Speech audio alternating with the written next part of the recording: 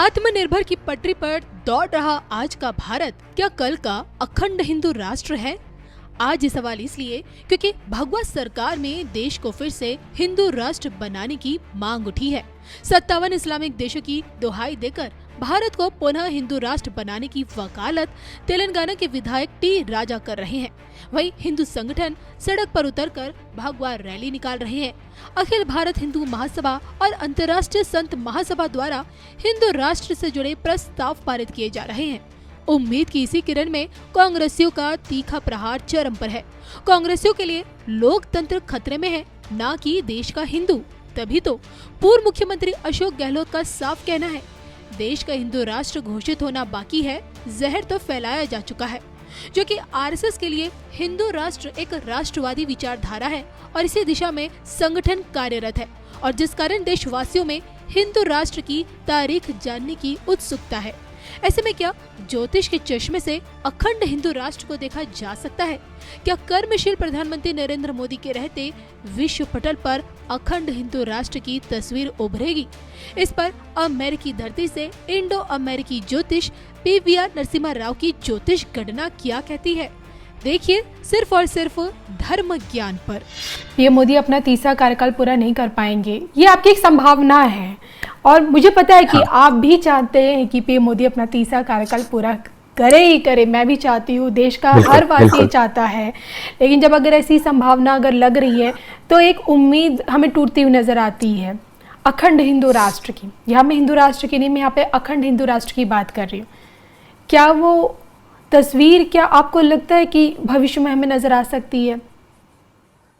एक बात कहूँगा जी, अगर बात रही है अखंड भारत की, वो डिपेंड नहीं करता है कि मोदी जी भारत के प्रधानमंत्री हैं या योगी जी हैं या फडणवीस जी हैं या कुछ और भारत का प्रधानमंत्री है, इस पर डिपेंड नहीं करता है। वो तो ऑलमोस्ट गारंटीड है, क्योंकि भारत का जब शनि और गुरु का योग हुआ था दिसंबर 2020 में, जब योग हुआ था, वो 20 साल तक रहेगा।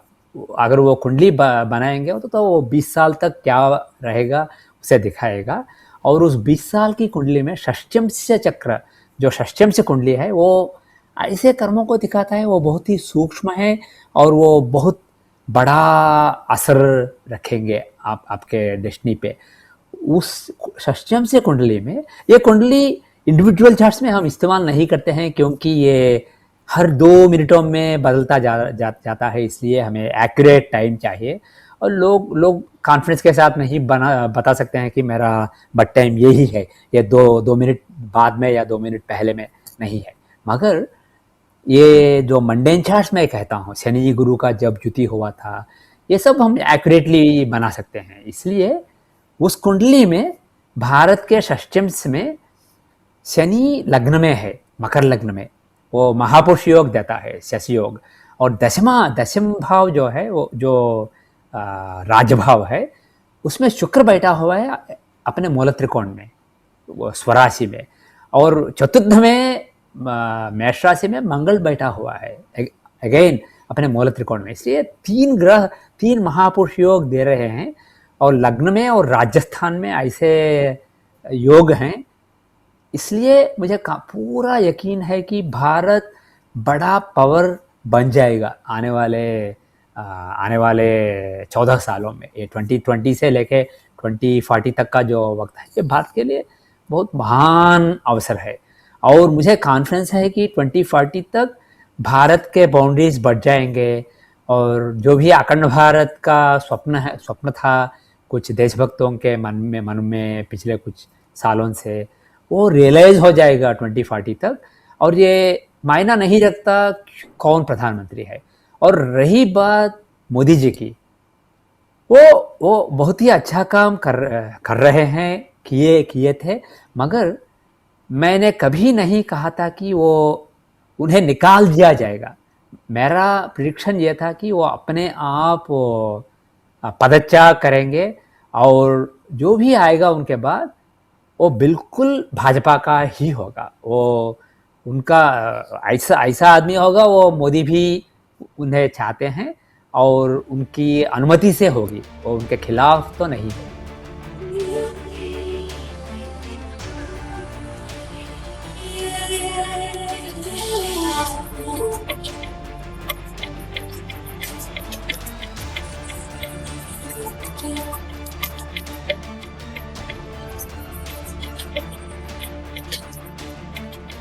आज अयोध्या नगरी भारत की सांस्कृतिक चेतना के एक और उत्कर्ष बिंदु की साक्षी बन गई। आज संपूर्ण भारत, संपूर्ण विश्व राममय है।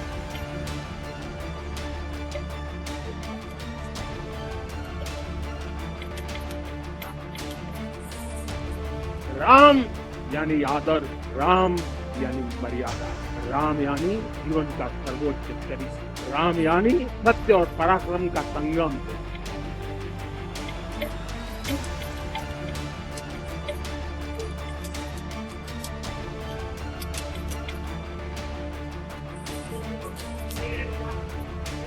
ये ध्वज संकल्प है, ये ध्वज सफलता है, ये ध्वज संघर्ष से सृजन की गाथा है, ये ध्वज सदियों से चले आ रहे स्वप्नों का साकार स्वरूप है।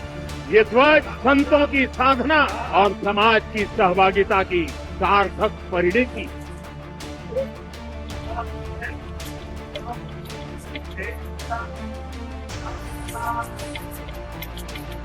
त्रेता युग की अयोध्या ने मानवता को नीति दी, 21वीं सदी की अयोध्या मानवता को विकास का नया मॉडल दे रहे। तब अयोध्या मर्यादा का केंद्र थी, अब अयोध्या विकसित भारत का मेरुदंड बनकर उभर रही। आज हर देशवासी से कहूंगा कि वो जब भी राम मंदिर आए तो सप्तम मंदिर के दर्शन भी अवश्य करें। ये मंदिर हमारी आस्था के साथ साथ मित्रता, कर्तव्य और सामाजिक सद्भाव के मूल्यों को भी शक्ति देती है।